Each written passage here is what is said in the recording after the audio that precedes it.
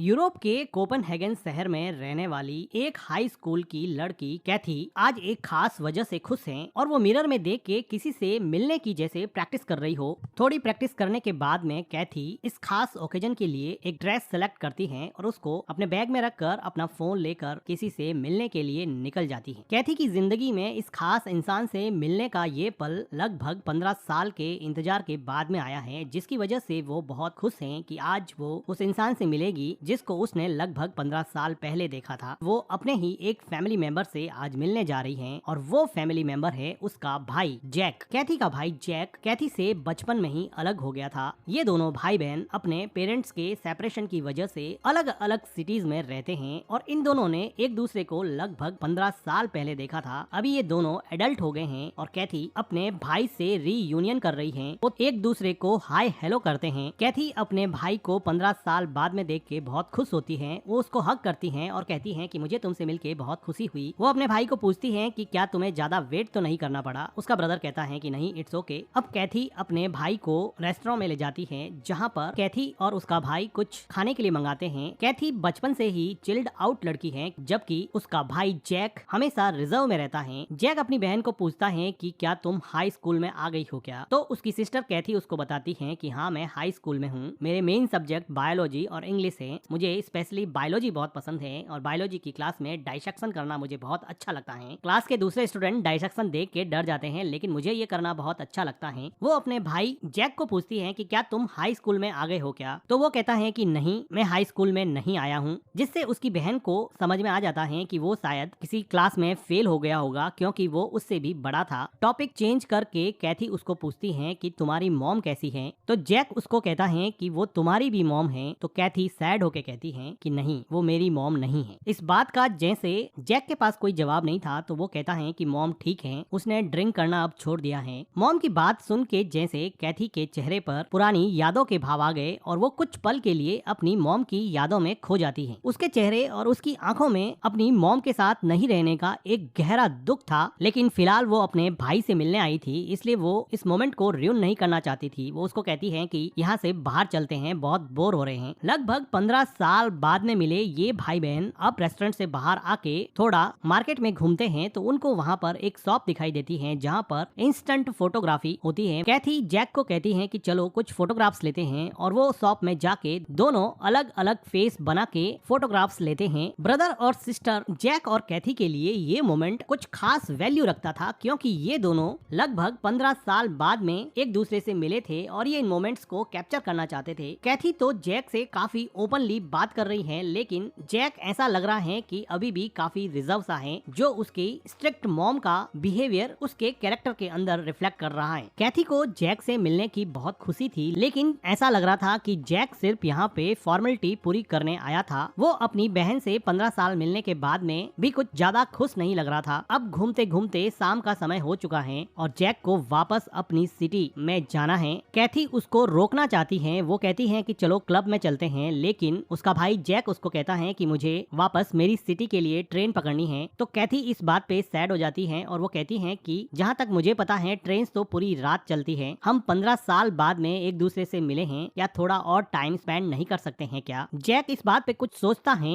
कि वो रुके या नहीं, क्योंकि कैथी के साथ उसकी केमिस्ट्री कुछ ज्यादा बैठ नहीं रही थी, लेकिन कैथी के इंसिस्ट करने पर अब वो थोड़ी देर के लिए और रुक जाता है और ये दोनों मिलकर एक क्लब में आ जाते हैं। कैथी के बिंदास अंदाज की वजह से अब उसका ब्रदर जैक भी उसके साथ खुलने लगा और खुले दिल से उसके साथ अब बातें कर रहा है। 15 साल का भाई बहन के बीच में वो इमोशनल गैप जो काफी डीप हो गया था, अब वो धीरे धीरे भरने लगा और जैक भी अब कैथी के सामने खुलने लगा। कुछ देर बाद में कैथी और जैक देखते हैं कि यहाँ पर एक कपल बैठा बैठा किस कर रहा है, जिसको देख के ये काफी अम्यूज हो जाते हैं और एक दूसरे की तरफ देख के हंसने लगते हैं। थोड़ी देर बाद में कैथी जैक को पूछती है कि तुम बचपन से क्या बनना चाहते थे, तुम्हारा ड्रीम क्या है। तो जैक उसको बताता है कि वैसे तो मेरा कोई ड्रीम है ही नहीं, लेकिन एक बार मॉम मुझे एक फैमिली थीम पार्क में ले गई थी, जहाँ पर एक लड़का अमेरिकन सिंगर एल्विस के गानों पर उसकी कॉस्ट्यूम ड्रेस पहन के डांस कर रहा था, जिसको देख के मैं बहुत खुश हो गया और मैंने भी वहाँ से एल्विस के कॉस्ट्यूम खरीदे और उस कॉस्ट्यूम को पहन के हमेशा मैं स्कूल जाया करता था। इतना कि मैं तो उसको बाथरूम में भी उतारता नहीं था। मुझे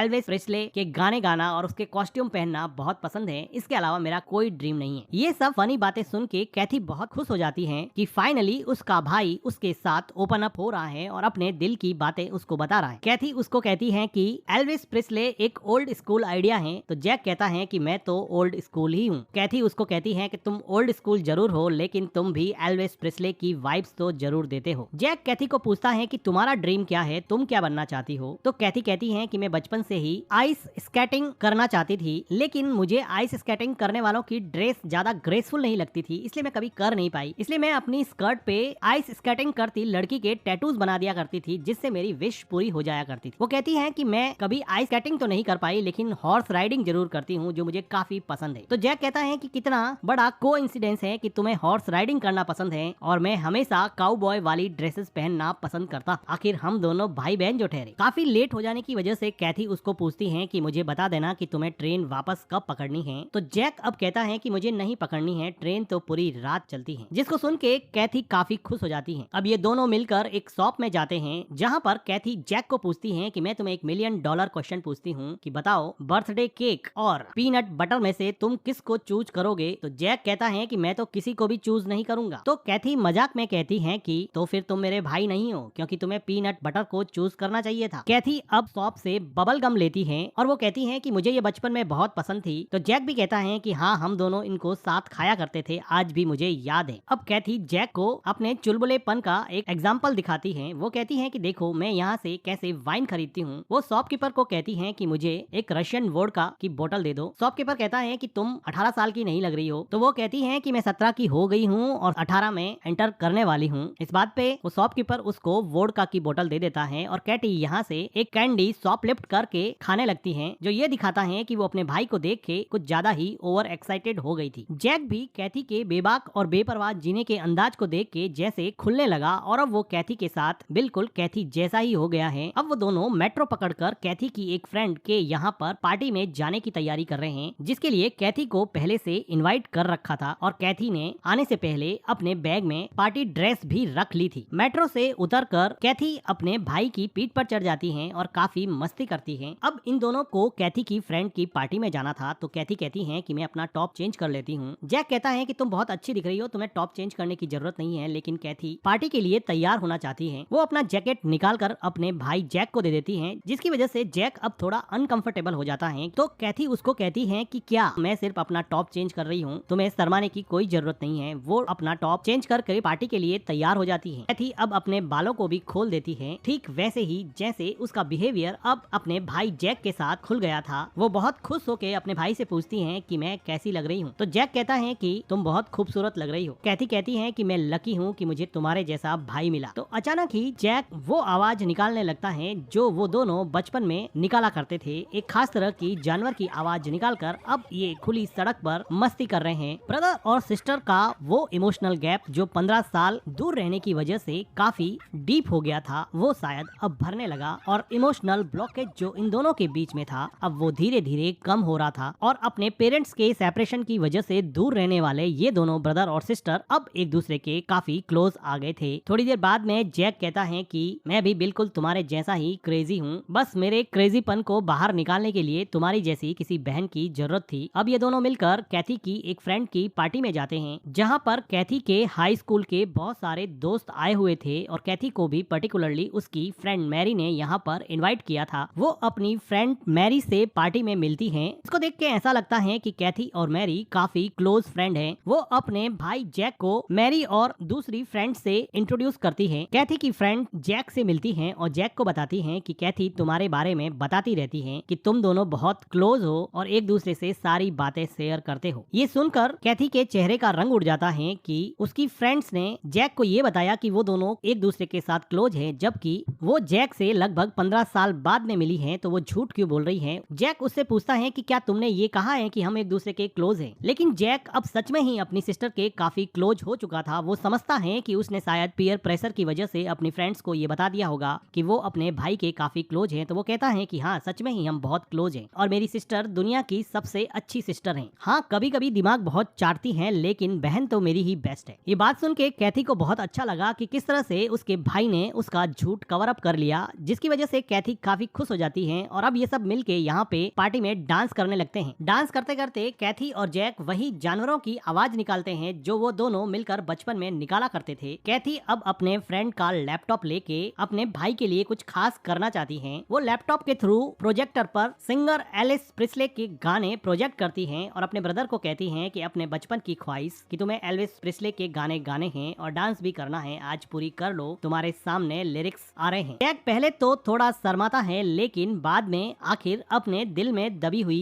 ख्वाहिश कि उसको एल्विस प्रिस्ले के गाने गाने हैं और उस पर डांस भी करना है, वो पूरी करने लग जाता है। कैथी अपने भाई को गाते हुए सुन के बहुत खुश होती है और साथ में वो गाने के लिरिक्स प्रोजेक्टर से प्रोजेक्ट भी कर रही है, जिसको देख के उसका भाई जैक काफी खुश होता हुआ गाना गा रहा है। ये सब देख के कैथी काफी खुश होती है कि फाइनली उसने अपने भाई की एक विश तो पूरी कर दी। लेकिन कैथी अभी जैक को एल्विस प्रिस्ले का गाना गाते हुए देख के थोड़ा उसकी तरफ अट्रैक्ट होने लगी है और जैक भी जैसे उसकी तरफ खिंचा चला आ रहा है। अब इन दोनों के अनमिटिगेटेड इमोशन जैसे इनके कंट्रोल के बाहर हो गए हो और ये दोनों एक दूसरे की तरफ खींचे चले आते हैं और दोनों एक दूसरे को किस करने लगते हैं। इससे पहले कि ये बात किस से आगे बढ़ती, कैथी देखती है कि उसकी फ्रेंड मैरी इन दोनों को देख रही है, जिसको देख के ये दोनों घबरा जाते हैं और स्पेशली कैथी को बड़ा अजीब लगता है क्योंकि उसने मैरी के सामने अपने भाई की बहुत प्रशंसा की थी। वो दौड़कर बाथरूम में चली जाती है। कैथी को अब ये भी समझ में नहीं आ रहा कि जैक और उसके बीच में ऐसा क्यों हो गया। वो तो ऐसा करना भी नहीं चाहती थी,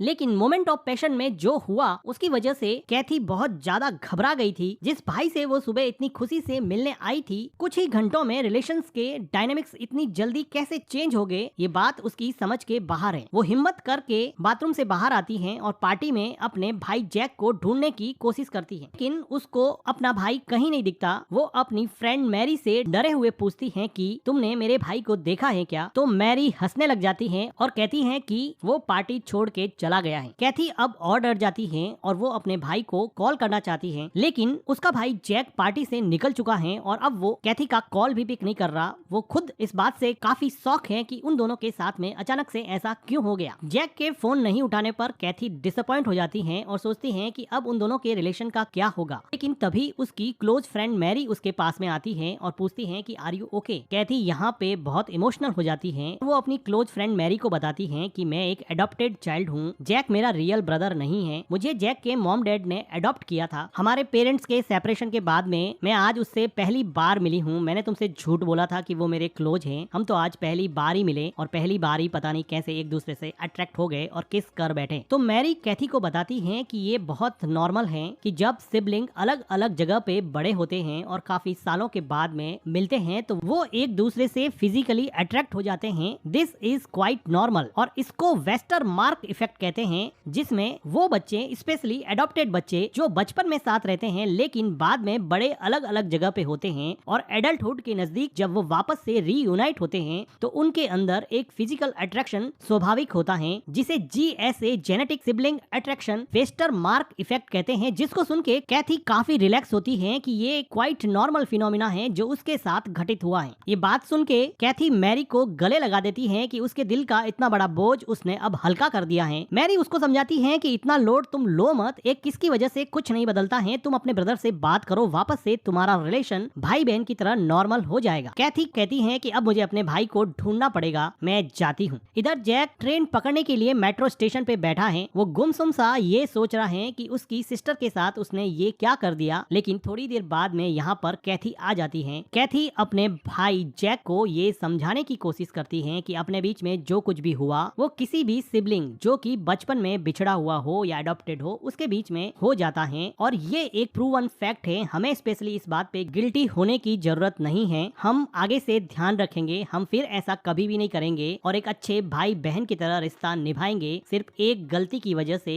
जिंदगी भर उसको बोझ बना के रिश्ते को बर्बाद नहीं कर सकते। ये बात अब जैक भी समझ गया है कि उनका रिश्ता काफी प्रेशियस है और उस रिश्ते को एक गलती की वजह से बर्बाद नहीं किया जा सकता। कैथी की आंखों में भी आंसू है, उनको अपनी गलती का एहसास हो गया है। अब ये दोनों भाई बहन रोते हुए एक दूसरे से गले मिलते हैं और एक दूसरे को सॉरी बोलते हैं। ब्रदर और सिस्टर का वो इमोशनल गैप जो 15 साल दूर रहने की वजह से काफी डीप हो गया था, वो शायद अब भरने लगा और इमोशनल ब्लॉकेज जो इन दोनों के बीच में था अब वो धीरे धीरे कम हो रहा था। अब जैक को वापस अपनी मॉम के पास दूसरे शहर जाना है। वो अपनी ट्रेन पकड़ने के लिए निकल चुका है। दूर खड़ी कैथी उसको देख रही है। उसको पूछती है कि क्या तुम वापस मुझसे मिलने के लिए आओगे। जैक खुशी खुशी उसको कहता है हैं कि हाँ मैं जरूर आऊंगा। ठीक ये जवाब सुन के खुश होती है कि फाइनली उसने अपने ब्रदर के साथ एक ऐसा बॉन्ड बना लिया है जो शायद अब कभी नहीं टूटेगा, क्योंकि इन लोगों के पेरेंट्स तो अलग अलग सिटी में रहते थे। इनका बचपन अकेलेपन में बीता है। पेरेंट्स ने इनके अकेलेपन का दर्द कभी समझा ही नहीं, लेकिन इन दोनों ने मिलके भाई बहन का ये रिश्ता आज मजबूत कर लिया है और एक दूसरे को माफ करके इस रिश्ते को एक दूसरे को सपोर्ट करते हुए जिंदगी जीने का फैसला किया है। और इसी के साथ ये मूवी एंड हो जाती है। मूवी का एक्सप्लेनेशन अगर आपको अच्छा लगा हो तो वीडियो को लाइक कीजिएगा, हमारे चैनल को सब्सक्राइब कीजिएगा एंड थैंक यू।